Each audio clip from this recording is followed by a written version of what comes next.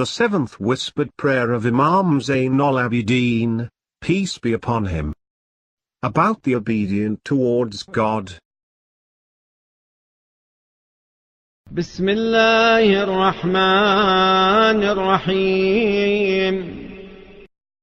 In the name of Allah, the All-Merciful, the All-Compassionate. Allahumma alhimna ta'atak wajannibna ma'asiyatak ويسر لنا بلوغ ما نتمنى من ابتغاء رضوانك وأحللنا بحبوحة جنانك واقشع عن بصائرنا سحاب الارتياب واكشف عن قلوبنا أغشية المرية والحجاب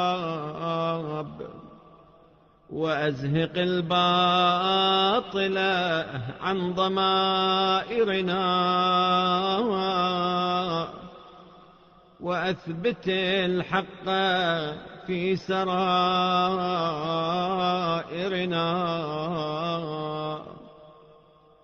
فإن الشكوك والظنون لواقح الفتن ومكدرة لصفو المنائح والمنان. O God, inspire us to obey Thee, turn us aside from disobeying Thee.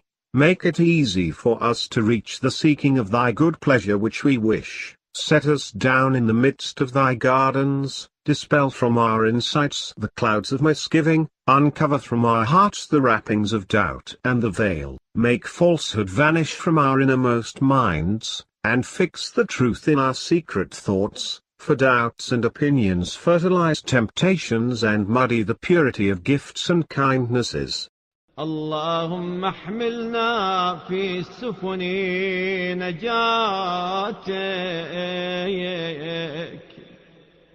ومتعنا بلذيذ مناجاتك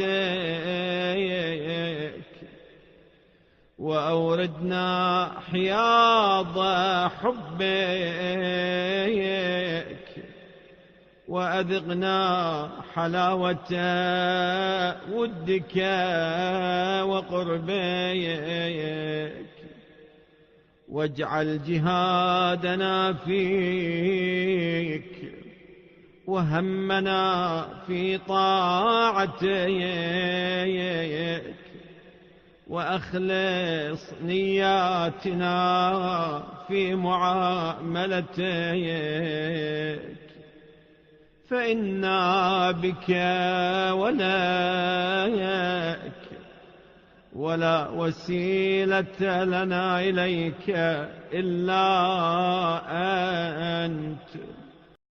O God, carry us in the ships of Thy deliverance, give us to enjoy the pleasure of whispered prayer to Thee, make us drink at the pools of Thy love, let us taste the sweetness of Thy affection and nearness, allow us to struggle in Thee, preoccupy us with obeying Thee, and purify our intentions and devoting works to Thee, for we exist through Thee and belong to Thee, and we have no one to mediate with Thee but Thee.